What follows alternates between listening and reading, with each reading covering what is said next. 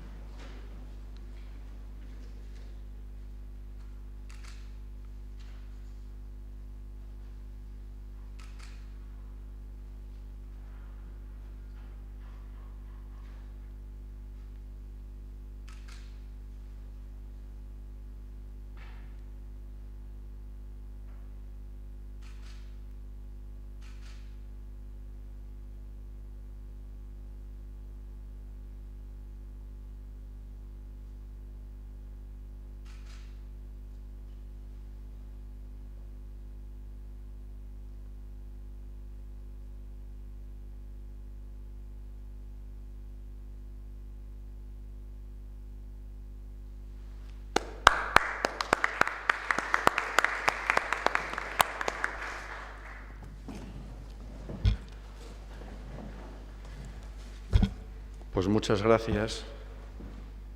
Yo me voy a permitir, dado que estamos en esta casa, me voy a permitir hacer un minuto de publicidad, porque vamos a tener la semana que viene una actividad muy interesante. Creo que no tenemos aquí ahora, de momento, folletos para todos, pero va a ser en el centenario de Francisco Giner de los Ríos. Se ha preparado esta casa, la Academia San Quirce, con la colaboración del Ayuntamiento, 3 conferencias, yo creo que de bastante interés, y más ustedes que están aquí en el ámbito de la España del primer tercio del siglo XX, y justamente ahí nos vamos a encontrar con don Francisco Giner de los Ríos, pues les voy a decir que el lunes día 16 serán a las 7 de la tarde. El lunes día 16, Nicolás Ortega hablará de Francisco Giner de los Ríos entre la reforma educativa y el descubrimiento del paisaje. El martes 17, Víctor Pliego de Andrés, origen y presente del pensamiento musical de Francisco Giner de los Ríos. Y el miércoles 18 de noviembre, Isabel Pérez Villanueva, las mujeres en la institución libre de enseñanza. Hecha esta nota, les digo que están todos invitados, ya saben asistir estos 3 días a las 7 de la tarde. Y ahora paso a presentar. Es norma de esta casa, de la Academia San Quirce, presentar a quienes todavía no han actuado en la sala. Nosotros tenemos a Juancho, a Juan Antonio del Barrio, ya muy presentado en esta sala y muy presente sobre todo entre nosotros. Juancho del Barrio, para los que creo que habrá muy pocos que no le conozcan, es un intelectual en el más estricto sentido de la palabra. Quiero decir, ahora la palabra tan denostada de intelectual parece que es complicado de pronunciar, pero Juancho es de las personas que tienen una idea, saben pasarla a palabras y luego sabe transmitir esas palabras para que todo el mundo se pueda beneficiar de esas ideas que habitualmente suelen ser muy interesantes. Yo a Juancho lo conocí hace muchos años ya, cuando él era poco más que un adolescente y cuando empezó a demostrar precisamente ese interés, esa curiosidad por las cosas. Él apareció, yo estaba casi recién empezado como archivero municipal y un día cuando llamaron a la puerta y abrí, ahí estaba este adolescente, que estaba entonces estudiando pues algo que probablemente a todos los adolescentes les haya suscitado la curiosidad, que es cuando se han enterado de que delante del Alcázar hubo una catedral, pues ver, claro, todas las catedrales, todas las iglesias tienen criptas, tienen una serie de elementos como muy interesantes para la aventura juvenil, y él estaba intentando estudiar un poco qué había en el subsuelo de ese lugar en el que estuvo la catedral de Segovia. Bueno, pues en el archivo le ayudamos todo lo que pudimos, estuvo en el archivo de la catedral y fruto de aquellas investigaciones ya digo, de un adolescente, pues se publicó el Patronato del Alcázar un libro que se llamaba El Alcázar de Segovia, en 1986 estamos hablando. Bueno, él es licenciado en Filología Hispánica por la Universidad Autónoma de Madrid, doctorando en la UNED con tesis en preparación sobre el teatro en la Segovia del siglo XVI, profesor de Lengua y Literatura en el Colegio Claret de Segovia, académico de número de la Real Academia de Historia y Arte de San Quirce desde febrero del año 2014, investigador de la relación de Segovia con la literatura, el eco de los movimientos literarios en la ciudad, escritores residentes en Segovia y libros y textos con tema, escenario y contexto segoviano. Además del libro que les decía antes sobre el Alcázar de Segovia y varios artículos periodísticos sobre temas segovianos, pues fue uno de los ganadores del premio de investigación histórica que bajo el nombre de Mariano Grau, nuestro compañero ya desaparecido hace años de esta academia, el premio de investigación histórica Mariano Grau, hizo un trabajo junto con una compañera suya, Asunción Gómez Nieto, un trabajo sobre el dramaturgo pañero Juan de Pedraza, un trabajo muy interesante que, como digo, le valió ese premio Mariano Grau y en el que, bueno, ya demostró su interés profundo, científico, por el mundo de la literatura. Así que para nosotros no es extraño que después, cuando se hizo cargo del curso de pintores pensionados que organiza esta casa todos los veranos y del que él fue realmente el factotum, estuvo muy relacionado evidentemente con todos los alumnos. Esto a él le ha dado también una visión nueva de algo que para él, como curioso de las cosas, pues supongo que habrá sido un paso muy importante el haber entrado tan en contacto con el mundo de la creación artística, con el mundo de la pintura. Y de ahí él se ha llevado muchas cosas, y los alumnos también, porque han tenido la fortuna de tenerle a él las 24 horas del día, contándoles aquellas cosas que solo desde una preparación intelectual como la suya a veces no se ven, pero él ha sido capaz de transmitirles. Recuerdo que una de las noches, en una de las actividades del curso de pintores, dio una magnífica conferencia precisamente sobre Antonio Machado y el paisaje. Así que creo que como es él el que domina el tema y el medio, y estamos todos deseando que nos cuente cómo era la Segovia en la que fue parte activa Antonio Machado, pues no les canso más, solamente muchas gracias por tu colaboración siempre generosa y nada más. Aquí les dejo con Juancho del Barrio. Gracias, Juancho. Muchas gracias, Rafael, por tus amables palabras. Yo sigo aprendiendo, que es lo mejor que se puede hacer.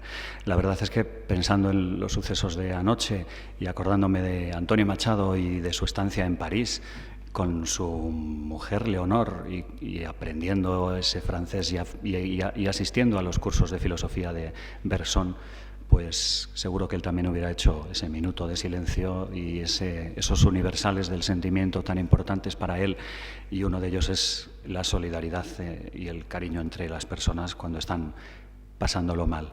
Allí también su amigo del alma, Rubén Darío, le ayudó a pasar esos días duros de la enfermedad de Leonor, incluso le aportó dinero para que pudiera regresar a España y que Leonor intentara curarse. Así que ese recuerdo lo habría tenido él también. Bien, muchas gracias, Rafa, muchas gracias también al Ayuntamiento de Segovia, a la preparación que han tenido y que están al detalle con las fotocopias, con toda la organización del Aula Juan de Mairena.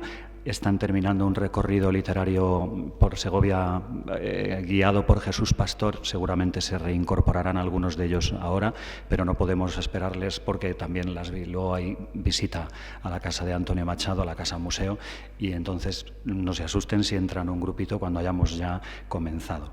Gracias al Ayuntamiento por haberme ofrecido la oportunidad de hablar aquí sobre la Segovia de Antonio Machado, y gracias a la iniciativa de que sigan teniendo y animando este aula Juan de Mairena.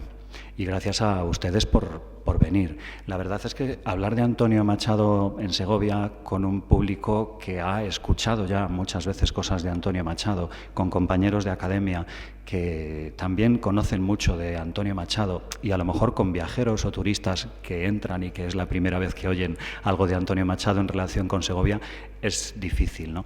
Da un poco de miedo, sobre todo por los que saben o sabéis ya mucho. Pero bueno, intentaremos otra vez repetir la historia y hacer algunas consideraciones. Yo querría primero explicar brevemente en qué Segovia se encontró Antonio Machado cuando llegó, socialmente, demográficamente. Después hablar un poquito de la Segovia que vivió él, qué actividades llevó a cabo en Segovia y qué significaron tanto para Segovia como también para él y para su trayectoria personal y creativa. Para mí el tema más importante al que querría llegar dentro de muy pocos minutos sería un tercer paso, que Segovia aparece en los poemas o en los textos de Antonio Machado. ¿Qué Segovia aparece? Si es la descriptiva, como en Campos de Castilla, o es una Segovia espiritual, o es una Segovia esencializada. Ya lo veremos un momento después. Y por último, la Segovia que Antonio Machado dejó y que ha venido recordando su presencia a lo largo de los años y revitalizando además la poesía en su casa y también con actividades culturales siempre en torno a su persona. Pues para empezar, la Segovia de Antonio Machado era una capital provinciana bastante empobrecida. La restauración del finales del siglo XIX le había dejado muy triste y muy desolada.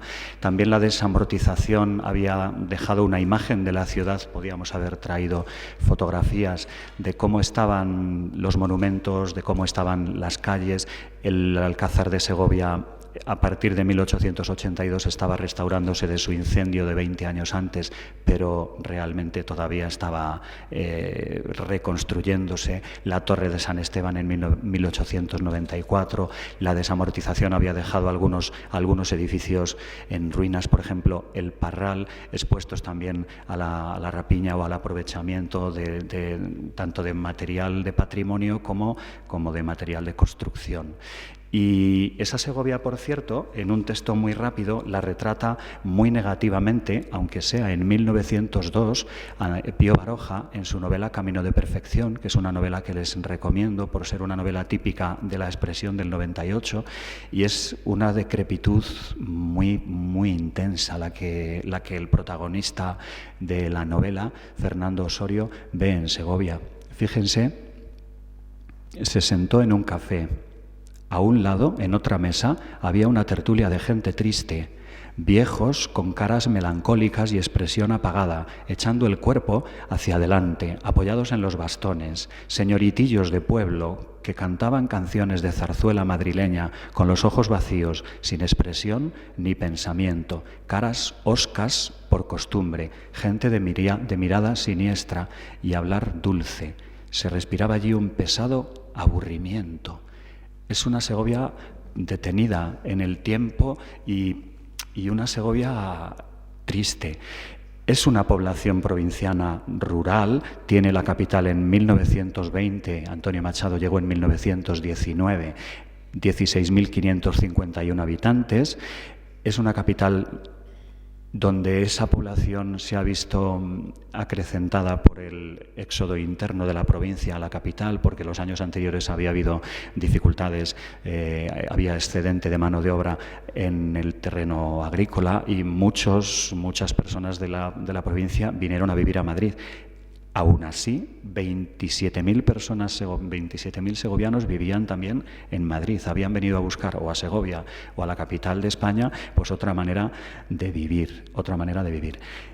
Pobreza, emigración y un trabajo basado en la subsistencia. De hecho, tenemos la noticia de que había diariamente 465 raciones del comedor de Cáritas, del comedor de Caridad de Segovia, en 1915, o sea, una situación muy debilitada.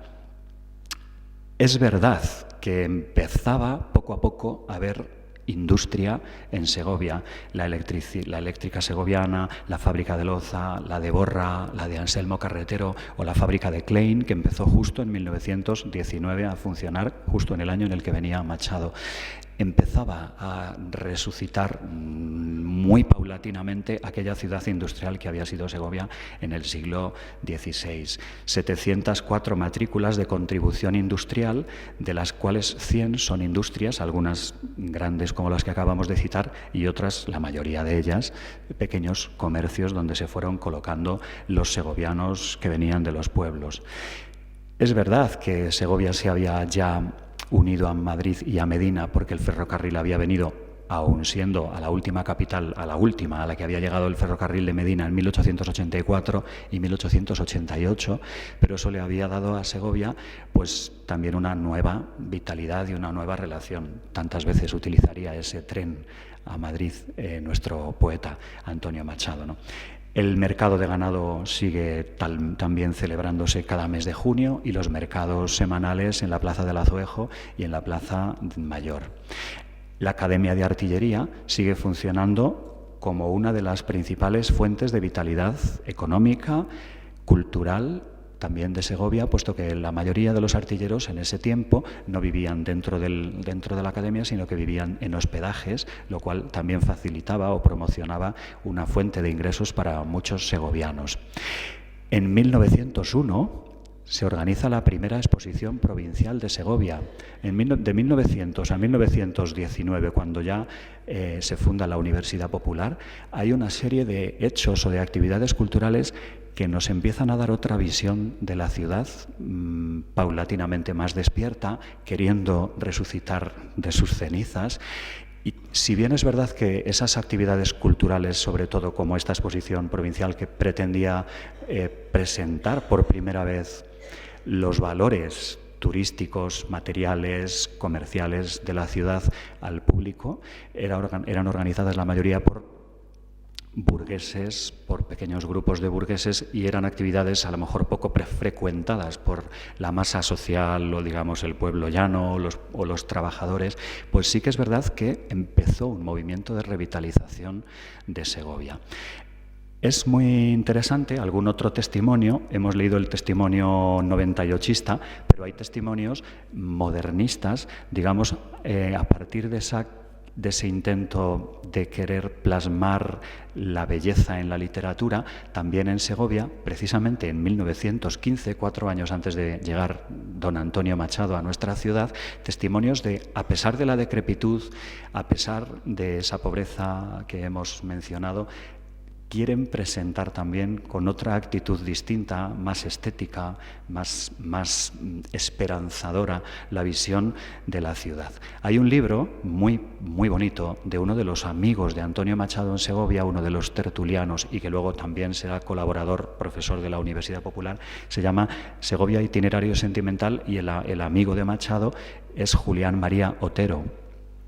Este librito de 1915 es una visión complementaria a la Segovia barogiana o a la Segovia, por ejemplo, de 1920 de Gutiérrez Solana, de la España Negra, que es muy parecida a la de Baroja. Frente a esa decrepitud desesperanzada, pues al narrador de este librito le encarga a una pareja de amigos de Madrid que le enseñe la ciudad. Y entonces, al enseñarle la ciudad, él va a recogerles una noche de luna a la estación de tren y les va a empezar a guiar por la ciudad. Fíjense, visión complementaria.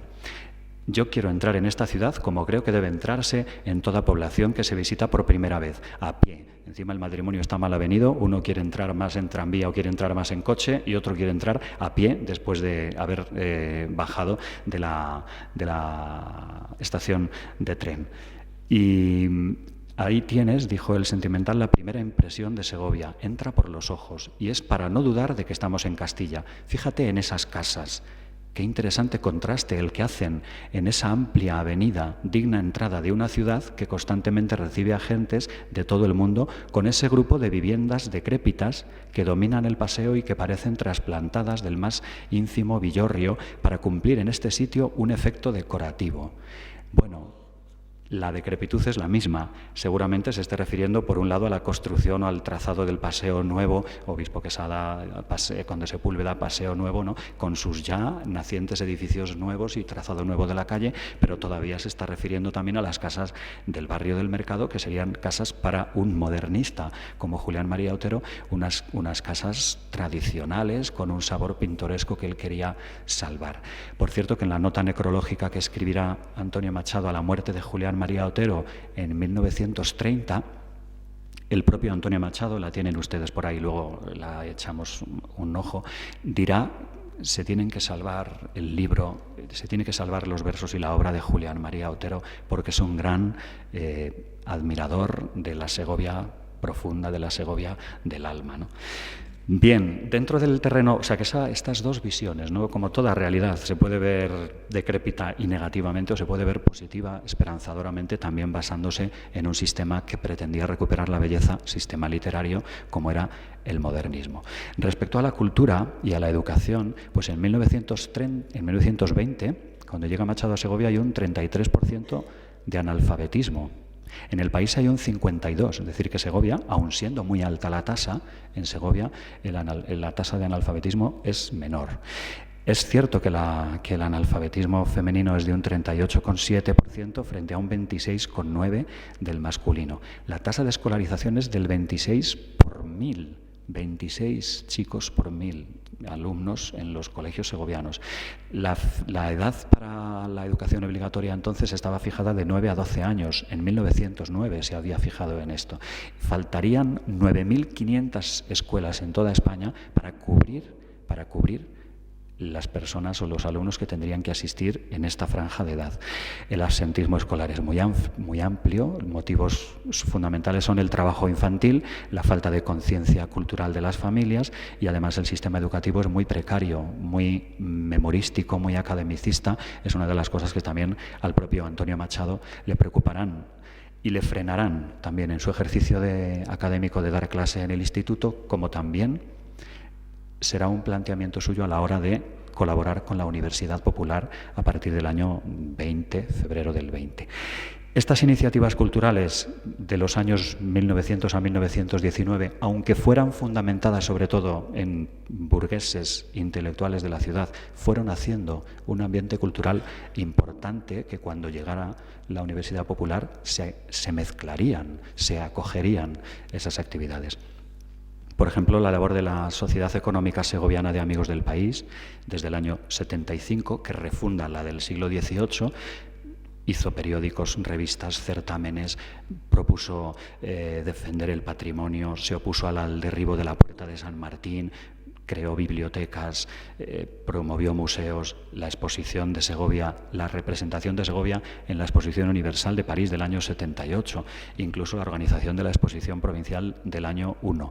La existencia de un Ateneo segoviano a partir de 1883, porque las actividades de la sociedad económica eran más tecnológicas, comerciales, y el Ateneo quería recuperar actividades de carácter más cultural, literario, más humanista, que diríamos, ¿no? Ahí estaban José Rodao, el poeta cantalejano, el poeta que sería también periodista y que después también estaría en las actividades de la Universidad Popular. Un montón de actividades como Juegos Florales, la Fiesta de la Poesía en el año 14, el homenaje a Segovia en el año 15, incluso la coronación de la Virgen de la Fuencisla en el año 16, supusieron cierta efervescencia cultural. Y después vendría la Universidad Popular. Políticamente, una pincelada rápida. Segovia de la Restauración había sido la Segovia también de los partidos conservadores en las distintas elecciones, y la Segovia del caciquismo también, y de la elección siempre de los partidos de derecha, y nunca o por pucherazo o por falseamiento de los datos, pues el acercamiento a una apertura más liberal. Y sin embargo, a partir de 1917 volvemos a repetir el esquema, pero ahora en lo político.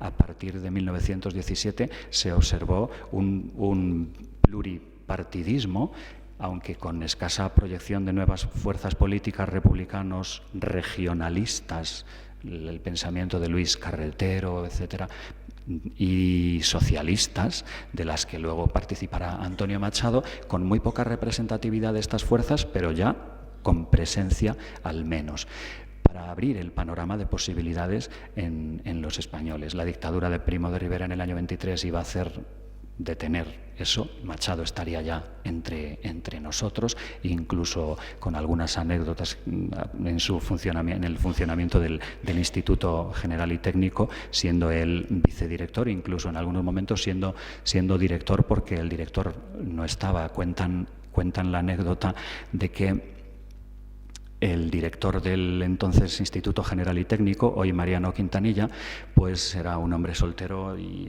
había quedado soltero porque era muy aficionado a las mujeres fáciles, según dicen las crónicas. Pablo de Andrés Cobos, Cardenal Iracheta, siempre son referencias que están en la bibliografía mucho más precisas que como yo se las puedo contar. Recibieron en el instituto un mensaje de Primo de Rivera directamente diciendo: contéstennos exactamente si todos los superiores de su instituto están en sus puestos. Claro, se contaba también que muchos secretarios de ayuntamiento en ese tiempo, al subir al poder Primo de Rivera, se habían suicidado porque tenían miedo de que se les pidieran las cuentas, de que se les pidieran documentos o testimonios del funcionamiento de los ayuntamientos. Y en el instituto todos los profesores parece que se acongojaron muchísimo, ¿no? Antonio Machado parece que dijo: tranquilos, vamos a contestar tranquilamente, con un telegrama muy sencillo que dice: todos y cada uno están en sus puestos. Entonces, claro, sin más, era una verdad. Sin embargo, la verdad conocida de puertas adentro. Bien, y nada más, una Segovia que tiene esas dos caras, la decrépita y la esperanzadora, que intenta, bueno, pues crecer, o que intenta otra vez volver a recuperar su cultura. La Segovia que vivió Antonio Machado. ¿Qué hizo Antonio Machado cuando llegó a Segovia? ¿En qué se ocupó? ¿Cuáles fueron sus actividades? Recuerden que las fechas son 1919 a 1932. Recuerden que venía de Baeza, él tenía allí la plaza de profesor, de catedrático de francés, pero sí es cierto que había solicitado un cambio porque en Baeza él se sentía, aun siendo Andalucía y siendo su tierra y recordando también muchas vivencias infantiles del paisaje, sobre todo comparándolas con la visión de Castilla, ¿no? Los olivos, las encinas, pero allí se sentía en un desierto muy, muy lejos de Madrid, muy lejos de contactos intelectuales que él ya había hecho en su trayectoria. Viene a Segovia y se ocupa de la cátedra de francés, diciembre del año 1919, y tendrá añadida también la cátedra de literatura, dato que a veces obviamos, hasta que en 1929 llegará Ángel Revilla a ocuparse de ella. Es decir, que no solo fue francés, sino también literatura española. De ahí que luego en muchos de los apuntes o en muchos de los escritos que forman parte precisamente de los heterónimos y de Juan de Mairena, las reflexiones sobre la educación y también sobre la literatura, ¿no? Siempre echaba de menos unos buenos manuales de literatura. Compañeros suyos en ese momento le recibió en la ciudad José Tudela, a quien le conocía ya también de Soria, pero compañeros suyos en el instituto pues fueron Moisés González Barrado, de latín, Agustín Moreno, de historia natural, Juan de Vera, un poquito más tarde, en ciencias, Mariano Quintanilla, que sería uno de los grandes promotores de todas las actividades culturales y entre ellas también de la Universidad Popular y después de la Academia de San Quirce, heredera de la Universidad Popular. Quiero citarles especialmente el libro de Antonio Machado en Segovia, de Pablo de Andrés Cobos, publicado por la editorial Ínsula en el año 73. Está en la bibliografía porque creo que podemos repasar los datos, pero están muy bien contados ahí y es una fuente de documentación muy precisa. Lo único que podemos hacer nosotros es, ya digo, repetirlos o considerar un poco dimensiones del Machado en Segovia. Respecto a la vida académica, a la vida en el instituto, bueno, lo importante es que entró a formar parte de la intelectualidad segoviana y muchos de esos profesores también iban a participar en la Universidad Popular. Otra de las dimensiones machadianas en lo académico, aunque nos cueste decirlo, pero ya no es derribar un mito, sino una gran verdad, es que Machado era un gran maestro, pero no era un gran profesor. Pablo de Andrés Cobos es muy sincero en este sentido. Antonio Machado y los testimonios que recogió Pablo de Andrés Cobos sobre su enseñanza. No tenía realmente afición a la enseñanza, dice también Mariano Quintanilla. Los alumnos que le tocaron eran demasiado jóvenes para a lo mejor su cultura y su capacidad intelectual. Incluso en muchos momentos sus travesuras le disgustaron. En Juan de Mairena dice Antonio Machado que el mejor pedagogo era Herodes, sabiendo ya todo lo que quería decir.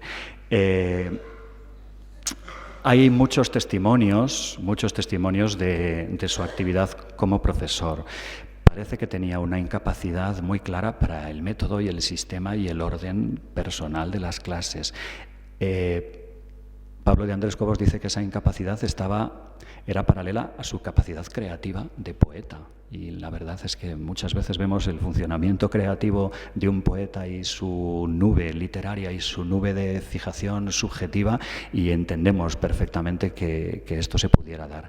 También frenaban mucho lo que decíamos antes en su disciplina o indisciplina diaria en las clases, su desconfianza en el sistema educativo. Él se quejaba de que era un sistema educativo demasiado basado en lo memorístico y que no les iba a servir de nada aprender la conjugación francesa o aprender de memoria 4 nombres de autores de la historia de literatura. Estaría precisamente pensando en su trasfondo pedagógico, en la enseñanza que también él había recibido de Francisco Giner de los Ríos, que comentaba Rafael y promocionaba este ciclo de conferencias de la semana que viene, esa manera de la institución libre de enseñanza de calar en lo profundo de la persona, de relacionar unos conceptos con otros, de hacer que la cultura sea vivida más pasionalmente y no de manera académica o de manera memorística. Bien. Anecdotarios hay muchos de su paso por el instituto, tanto de las clases. Algunos testimonios dicen que en las clases cogía a 1 o 2 alumnos con los que sabía que podía hablar un poquito más. Se cuenta el caso de Gonzalo Vera, al que sacaba varios días a hablar con él sobre literatura porque era un chaval que sabía escribir mejor y que estaba interesado en aprender más, mientras el resto de la clase hacía lo que quería. También se cuenta las anécdotas a la hora de ser muy, muy benévolo a la hora de los exámenes, ¿no? Que cuando había un examen y tenía que sacar el alumno en la bola del bombo para ver el tema que le tocaba, ¿no? Incluso se cuenta la anécdota de algún padre que vino algún día antes del examen muy preocupado por su hijo. Por favor, haga usted lo que pueda para que mi hijo apruebe, que tenemos dificultades en casa, que tenemos... Y entonces le dijo a Antonio Machado que se aprenda el primer tema. Y al día siguiente, en la vuelta del bombo, le hizo hacer el paripé delante del resto de la clase, salió el tema 14 y antes de decir el nombre en voz alta, el número... Es el tema 1, ¿verdad?, le dijo don Antonio. Dice, no, el chico, es el 14. El chico no se había estudiado el tema 1, o sea que ni siquiera le pudo aprobar entonces, ¿no? Bien, todas esas travesuras se van contando en el libro de Pablo de Andrés Cobos. Otra de las actividades importantes de Machado en Segovia es la Universidad Popular. La Universidad Popular empezaría, ya saben, en el año 1919. Es heredera de esta intensificación de actividades culturales. Antonio Machado, la fundación fue el 19 de noviembre y Antonio Machado llegaría unos días más tarde, el 26 de noviembre. No estuvo justo en el acto de la fundación, pero su cicerone en Segovia fue José Tudela, y José Tudela sí que estaba en el acto fundacional y efectivamente le hablaría seguramente durante todo el día, el día que estuvieron buscando la pensión del Potro y después de la pensión de doña Luisa Torrego, le estaría hablando de este proyecto de Universidad Popular que tenían y él se apuntó rápidamente y colaboró y contribuyó rápidamente. Los fundadores son una mezcla de esa burguesía que había estado peleando por actos culturales en Segovia, Segundo Gila, cirujano, José Rodao, el poeta, con algunos profesores tanto del instituto como de la Escuela Normal. Francisco Romero, matemático de la Escuela Normal, que además sería compañero suyo en la pensión de doña Luisa Torrego, Rubira, Soria, que enseñaría dibujo, León, que enseñaría química popular, Moreno, Cabello, que era arquitecto, que después con el tiempo restauró la iglesia de San Quirce como sede de la Universidad Popular, porque al principio estaba en el edificio parejo a este, que era un edificio que tenía la Escuela Normal. Mariano Quintanilla, por supuesto, con algunas indicaciones sobre derecho, clases sobre derecho y legislación en el trabajo, y Machado, clase de francés, y también, a veces se olvida, de lecturas literarias. ¿Cuál era el propósito de la Universidad Popular? La Universidad Popular, haciendo también continuación de la extensión de estudios y de la idea, a lo mejor de la idea de la institución libre de enseñanza, quería promover la educación en esa población obrera de Segovia que no había podido tener una formación regular en la escuela. Serían los absentistas que hemos citado antes en la estadística citada. Tenían la oportunidad de, durante los 4 días de la semana, distribuyéndose horarios, estos profesores de la Escuela Normal o del Instituto General y Técnico, voluntariamente y diariamente, unos días y otros días, impartían esta clase de aritmética o de francés o de lengua o de construcción o de elementos de la construcción como el arquitecto Cabello o de ciencia natural Segundo Gila. Organizaron un horario perfectamente para que esos obreros pudieran asistir a las clases. Hay un artículo muy documentado de Guereña, que está incluido, no lo he puesto en la bibliografía, pero está incluido en el libro de actas del Congreso de la Fundación de Segovia en 1988, un artículo que documenta que durante el año 21 hubo 63 alumnos obreros, todos ellos, y en el año 20, 63, y en el año 21, 133 obreros asistiendo diariamente a las clases. En el año 25 tendrían que cambiar de edificio, tendrían que ocupar, porque este edificio frontero a la academia o al edificio de San Quirce dejó de ser sede de la Escuela Normal, tuvieron que irse a un piso de la calle Colón, y entonces en ese momento dejó de haber clases semanales. Sí que siguió habiendo conferencias de temas segovianos o de temas de universal importancia, y por aquí vinieron grandes personajes como Miguel de Unamuno, por ejemplo, traído también de la mano de Antonio Machado. Antonio Machado, aunque nosotros creyéramos que estuvo durante todo el tiempo de la Universidad Popular del 19 en adelante, estuvo solamente del año 20, febrero del 20, cuando empezó ese primer curso, hasta el año 22. Después, lo mismo que decíamos antes, seguramente su incapacidad a lo mejor para el orden o su insatisfacción, viendo que las enseñanzas a lo mejor no eran las adecuadas, aunque tuviera delante personas que tuvieran ese derecho para aprender, pues le frenarían a lo mejor también otras actividades, sus viajes semanales también a Madrid, en el tren, a escribir ese teatro con su hermano, un poquito más tarde, a partir del año 28, a encontrarse con su segundo gran amor, Guiomar, pues hicieron que frenara esta actividad de colaboración. Siguió apoyando y siguió siempre consiguiendo las conferencias, pero ya dejó de asistir a las clases. Una de las actividades que también llevó a cabo Antonio Machado en Segovia fueron las tertulias, tan importantes y tan enlazadas con la Universidad Popular.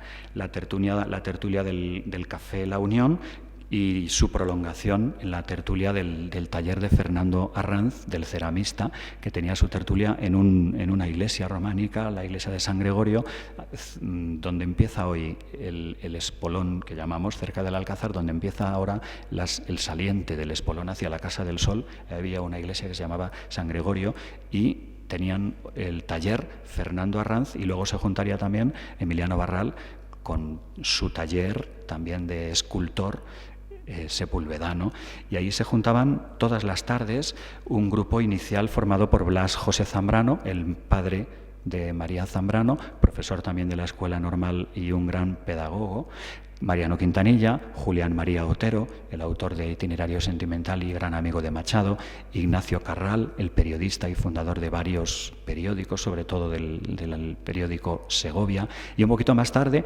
Marceliano Álvarez Cerón, Juanito Cáceres, Antonio Ibot, incluso después Mariano Grau, Alfredo Marquerie y muchas otras personas.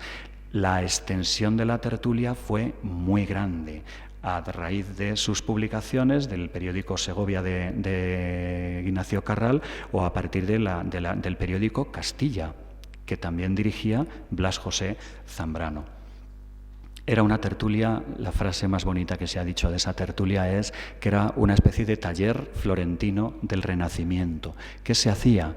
Se leía el periódico, se escuchaba un concierto del padre Villalba, se hablaba de filosofía, incluso se leían textos de Benedetto Croce, de la filosofía moderna, se discutían los temas de actualidad políticos y sociales. Y era un ámbito de organización también de actividades. Pagó la pensión para el estudio de 6 pensiones para el estudio en escuelas de España. Organizó 3 congresos pedagógicos, el 27, el 28 y el 29. Y fue también el nacimiento de centros colaboradores, de los centros de colaboración pedagógica. Muchas de las personas o de los tertulianos de Antonio Machado en estas 2 tertulias, la de la Unión y la de que eran una extensión de la otra en el taller de Fernando Arranz, colaborarían también en la universidad popular. Esas tertulias se extendían también en los paseos. Era un gran caminante, Antonio Machado, y tanto solo como con sus tertulianos, y esos diálogos y esas conversaciones es uno de los puntos más bonitos de los libros o de los testimonios que nos han quedado, en concreto de Pablo de Andrés Cobos, y tal vez de los paseos el más entrañable sea el testimonio de Mariano Grau, aunque siendo más joven, mucho más joven que Antonio Machado, y empezando a escribir en esos años, a partir del año 22 paseó muchos días con Antonio Machado y tuvo esa intrepidez de los adolescentes que quieren enseñar y mostrar sus versos y sus escritos al poeta. Es muy curioso cómo Mariano Grau, en un libro que yo creo es desconocido en Segovia, yo lo he descubierto hace un par de años, Mariano Grau, en una novela que se titula Yermo Florido, del año 43, yo la he visto y la he adquirido en la librería de César, pues es una novela donde él recrea, con distintos nombres y con distintos datos biográficos, pero recrea la llegada de un archivero a Segovia, Matías Ledesma, que empieza a escribir poesía sobre Segovia y empieza a inspirarse en la ciudad. Yo creo que Matías Ledesma es un alter ego de Antonio Machado, y muy pronto un poeta de la ciudad, entusiasmado de sus propios versos, empieza a hacerse conocido de él y le acompaña en sus paseos. Yo creo que ese acompañante de los paseos literarios en la novela, que dicho sea de paso es una novela muy, muy lírica, porque todos esos paseos que cuenta, creo que es Mariano Grau, ese personaje literariamente disfrazado, son ocasión para pasear Segovia y describirla líricamente, como también el propio Mariano Grau nos hace en otros libros. Por cierto, hay un amor que se llama Carmen Velázquez, que llama la atención desde el primer día que ese Matías Ledesma ve a Carmen Velázquez asomada a la muralla, habla con ella y ha venido a Segovia para curarse de una enfermedad, es decir, que Carmen Velázquez es Guiomar. El final de la novela no se lo voy a desvelar, pero realmente es una recreación del Machado, del Machado paseante en nuestra Segovia, ¿no? Bien. Otra de las dimensiones de la vida machadiana en Segovia, bueno, no he citado, una de las prolongaciones o una de las consecuencias de la Universidad Popular también es la creación de la revista Manantial a partir de 1928, donde publicarán todavía, aunque salió 2 años, 28 y 29, En la reedición que hizo la Caja de Ahorros de Segovia hace unos años, tenemos la suerte de tener una reproducción facsímil de esa revista, muy importante en el panorama de conjunción de generaciones literarias, la generación del modernismo con la generación de las vanguardias. Y es una revista que hermana esas tendencias y da cabida a todos los estilos, Ahí están también escribiendo los primeros vanguardistas, Jiménez Caballero, y siguen escribiendo los 98istas y los modernistas, como Miguel de Unamuno. El propio Machado escribirá un famoso artículo sobre el porvenir del teatro. Bien. En la pensión, creo que podemos dejarlo a lo mejor para después, si alguien va a acompañarnos en la visita, pero la pensión de doña Luisa Torrego, donde estuvo viviendo tantos años o residiendo tantos años, le hizo también convivir con otras personas intelectuales de la época y otros oficios. El mundo de las pensiones o de los pupilajes o de los hospedajes, qué bien lo han sabido aprovechar los novelistas del 98 también. Me estoy acordando del Pío Baroja de La Busca, cómo la pensión o el pupilaje a cualquiera que las disfrutara o las sufriera, pero le daba un conocimiento de diferentes oficios y de diferentes personas, ya no solo intelectuales, sino personas de la sociedad que tenían que echar mano de esta manera de vivir.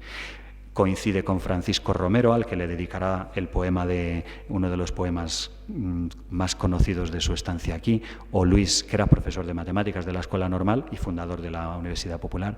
Coincidirá también con Luis Recuero, que era funcionario del topógrafo y y aficionado a la guitarra también. Y era viudo como Machado, con el cual encontraría pues ciertas concomitancias personales, aunque no era muy dado Machado a hablar de lo personal. Y con Eduardo González de Andrés, que era ingeniero y al que también le dedica el famoso poema de la despedida de Segovia, Torres de Segovia, Cigüeñas al sol. Otros huéspedes más tarde, y la pensión de doña Luisa sería después, como saben, adquirida por la Universidad Popular en 1950, a iniciativa de Joaquín Pérez Villanueva, primero en arrendamiento y después en propiedad. Yo creo que ese momento tan importante en el año 52 de que la Universidad Popular y ya la Universidad de San Quirce sea la que regenta como propiedad con ayuda del Ayuntamiento actualmente, fue una iniciativa muy importante y supone también una tremenda responsabilidad, tanto de recuerdo del ambiente y de los objetos incluso, y de la trayectoria que en esos momentos, que en esos años vivió Machado en Segovia. Es la única casa museo en España, es la única casa visitable donde vivió nuestro poeta en España y está intacta gracias a esa idea de adquisición tan temprana y a su conservación, aunque traiga siempre quebraderos de cabeza a la academia. Si hoy día es uno de los hitos turísticos de Segovia, también por ayuda y por idea y organización del ayuntamiento, pues es importante que lo reconozcamos. En la poesía, que es nuestro tema, en realidad en la poesía, que es nuestro tema, aunque nos queden 10 minutitos, la poesía. ¿Qué hace Machado en Segovia en su trayectoria personal? Pues yo tengo aquí 7 u 8 palabras muy importantes. Aquí en Segovia él escribirá su libro o publicará su libro Nuevas Canciones. Es el libro cuyos poemas había estado escribiendo desde el año 17, desde el año que cierra el ciclo de Campos de Castilla, la segunda edición de Campos de Castilla, incluida en la poesía completa, y Nuevas Canciones acogerá poemas desde el año 17 hasta el año 30, aunque haya una primera publicación en el 24. ¿Qué es Nuevas Canciones? Nuevas Canciones es un libro donde Antonio Machado quiere escribir algo nuevo y distinto. En España, en ese momento, ya habían empezado a escribir los poetas vanguardistas y los poetas de la generación del 27, los más tempraneros. Y Antonio Machado, con esa trayectoria suya de escritura personal, de escritura basada en los universales del sentimiento, no entendía que se pudiera escribir una poesía vanguardista solo basada en las imágenes, en las metáforas, lo que llama, en el año 25, un año después de lo que llama Ortega y Gasset la deshumanización del arte. Esa era la apuesta de los vanguardistas. Tendría su valor y Antonio Machado lo reconocería y lo dijo en varios momentos, incluso en el año 27 cuando la Universidad Popular y los profesores del Instituto General y Técnico le proponen para ser miembro de la Real Academia Española, y la Real Academia, cuyo director era entonces Menéndez Pidal, acepta. Antonio Machado, al escribir su discurso, se planteará qué es la poesía. Nunca llegará a leer ese discurso, nunca llegará a leerlo. En el año 30 lo proyecta, pero ya se acelerarán los hechos a partir del año 36 y su exilio, y también seguramente su dejadez personal al no terminarlo, habiéndolo empezado muchas veces. Pero en ese discurso reconoce que nunca la poesía española ha tenido tanto poder de imágenes, tanta belleza estética en las metáforas, y sin embargo, y cita en su discurso a Jorge Guillén, poeta del 27, y sin embargo es una poesía que a él le resulta sin alma, sin pasión. Aún así, él se da cuenta de ese panorama y quiere hacer algo nuevo.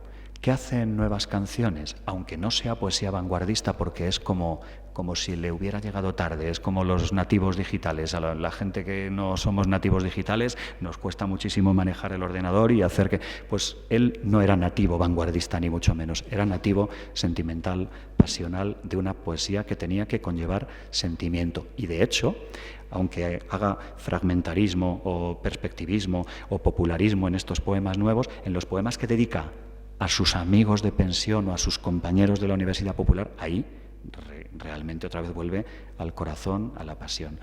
¿Cuáles son las novedades? Yo creo que hizo en Nuevas Canciones, creo que se puede demostrar, una poesía muy fragmentada.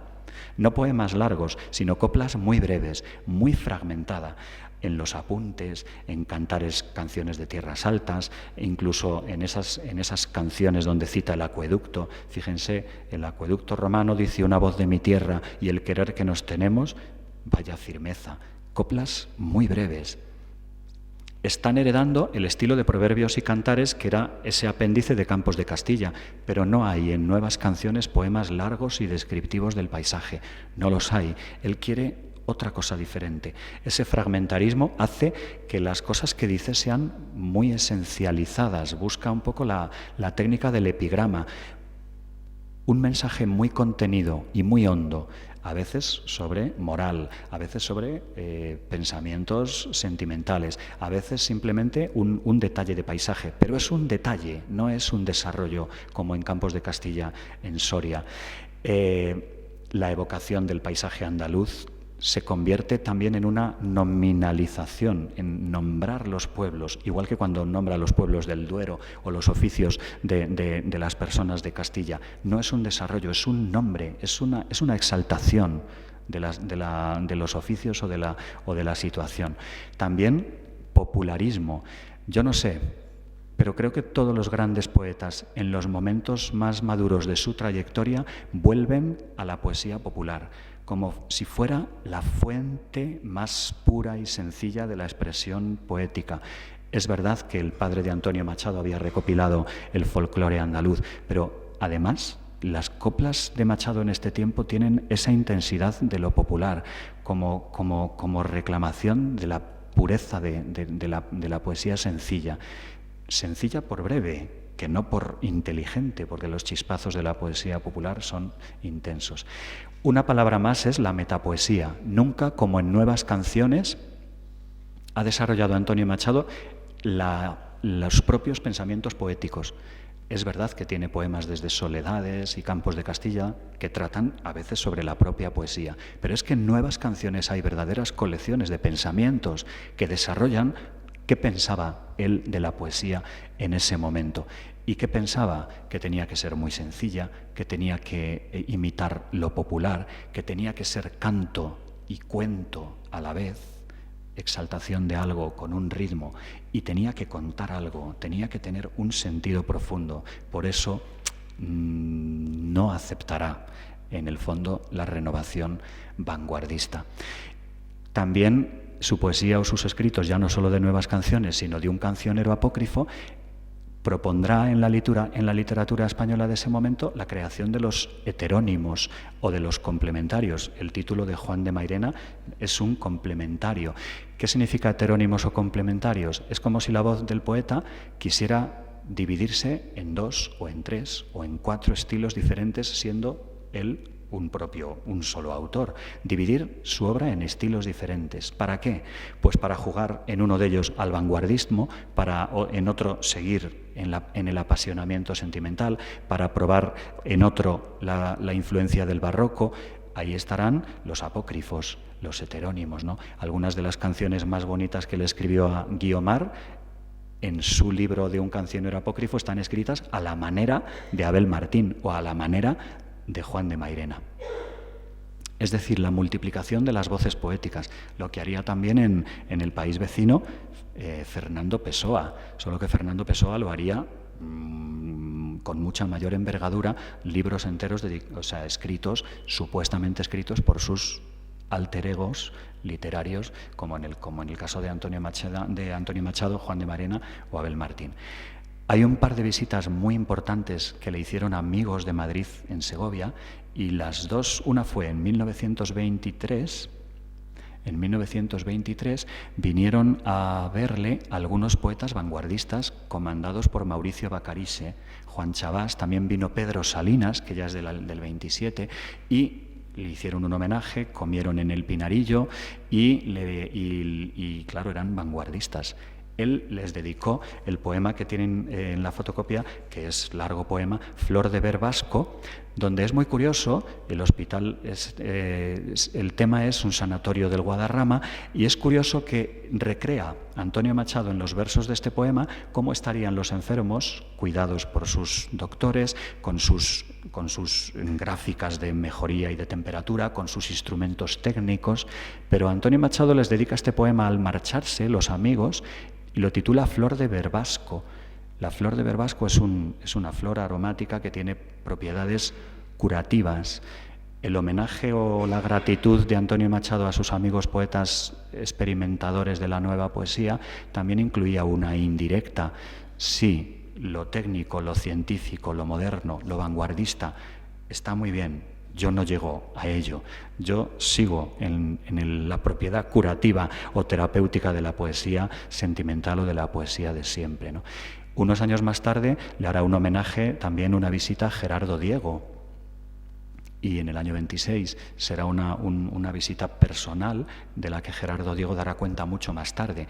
Y Gerardo Diego, porque también compartían la estancia en Soria, comprenderá muy bien la poesía de Antonio Machado y la situación de no poder crear o de no querer poder crear una poesía nueva. Y Antonio Machado conocerá también la poesía de Gerardo Diego, lo había premiado unos años antes con el Premio Nacional Exequo, con el Rafael Alberti, es decir, reconocía a Antonio Machado el valor de esa poesía nueva, pero no la podía compartir. Y su idea de la poesía era entrañablemente diferente, ¿no? Y vamos a terminar con la lectura de un poema. Hay muchos textos aquí, yo les he puesto Las bodas de Francisco Romero, que estamos utilizando dos fotocopias a la vez. Una es la que han terminado de utilizar los del Paseo Literario y otra es una que se encabeza con Las bodas de Francisco Romero, uno de los compañeros de su pensión. Debajo tienen la necrológica. Claro, a lo mejor si no han cogido fotocopia al entrar, bueno, se puede todavía coger. Sí.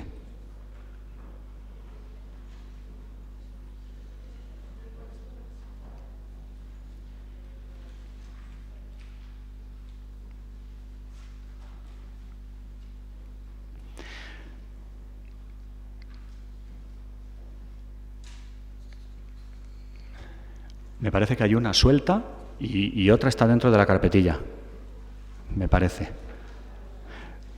Bien, son textos para la lectura pausada. Unos son textos poéticos y otros son testimonios, como la necrológica a la muerte de Julián María Otero, o como presentó aquí Antonio Machado a Ortega, a Marañón y a Pérez de Ayala en ese acto propagandístico que tuvo lugar en el Teatro Juan Bravo en 1931, justo antes de que esas elecciones fueran ganadas por los votos republicanos. Una anécdota curiosa, ¿no? Cuando les presentó a estos grandes intelectuales en el Teatro Juan Bravo, debió de estar un ratito hablando. Este texto debe de ser una síntesis de lo que dijo La intelectualidad española nos visita, y cuando terminó el discurso y acabó las intervenciones de Ortega y de Pérez de Ayala y de Gregorio Marañón, Mariano Quintanilla le debió echar mano: déjame un momento el lugar de donde tú tenías apuntado lo que has dicho, y Antonio Machado le dejó el cuaderno de notas de los alumnos. No tenía nada escrito. Bien, recuerdos y textos interesantes. También un texto muy desconocido de cómo vivió Machado desde Valencia, se titula Recuerdos, cómo vivió Machado desde Valencia, o cómo recuerda desde Valencia ya en el exilio el haberse proclamado la República en Segovia y haber tenido él algo que ver, bastante que ver con esa proclamación, izando la bandera de la República en el ayuntamiento. Es un poema en prosa. Se juntan la naturaleza y la historia. Realmente, leyendo este texto titulado Recuerdos, uno vive algo que a lo mejor no vive muchas veces en la actualidad, y es la pasión y la pureza de un sentimiento político, el confiar que un sistema político puede realmente comprometerse en el arreglo y en la solución de los problemas de los ciudadanos, ¿no? Él se siente ahí muy implicado. Aunque desde Valencia dirá también en otro texto al lado: fíjense, esto fue lo que yo pude contribuir a la República en pleno exilio en Rocafort hacia Barcelona. Último poema, porque todo en la vida de Antonio Machado fue exilio. El último poema, que pertenece a Nuevas Canciones, se titula Iris de la noche. Me van a dejar que lo lea despacio. El tren, otra vez el tren.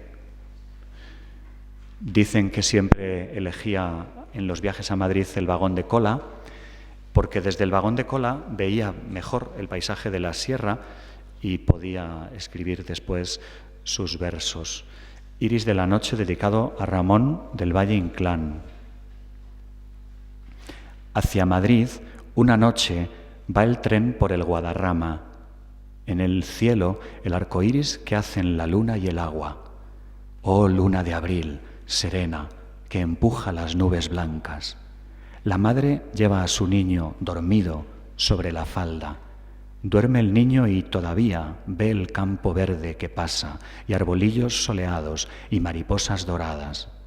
La madre, ceño sombrío entre un ayer y un mañana, ve unas ascuas mortecinas y una hornilla con arañas. Hay un trágico viajero que debe ver cosas raras y habla solo, y cuando mira nos borra con la mirada. Yo pienso en campos de nieve y en pinos de otras montañas.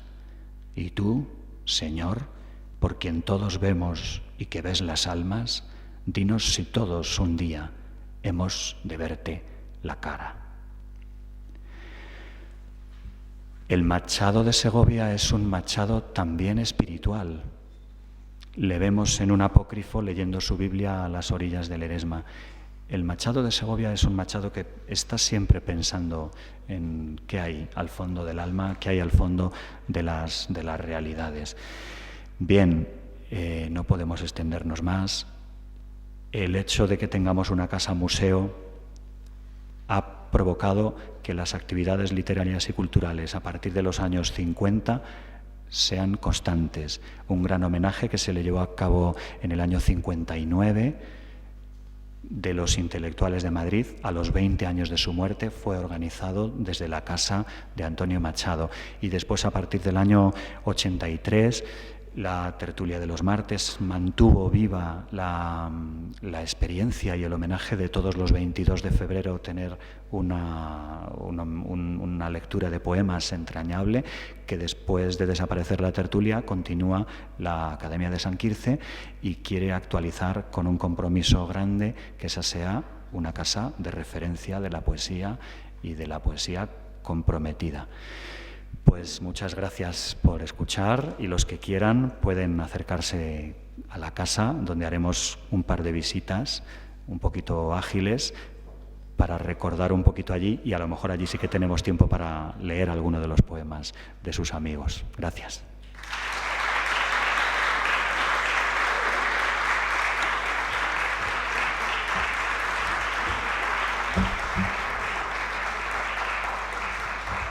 Muchas gracias. La verdad es que no hay tiempo para alguna observación, pero si alguien la tiene que hacer, yo se la contesto, aunque sea personalmente, o la apuntamos para seguir hablando. Gracias.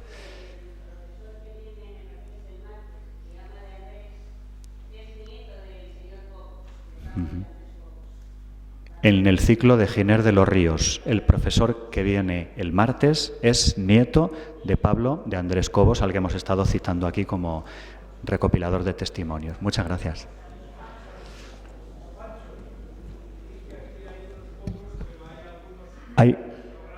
Hay unos pocos programas de mano de las conferencias de Giner allí al fondo.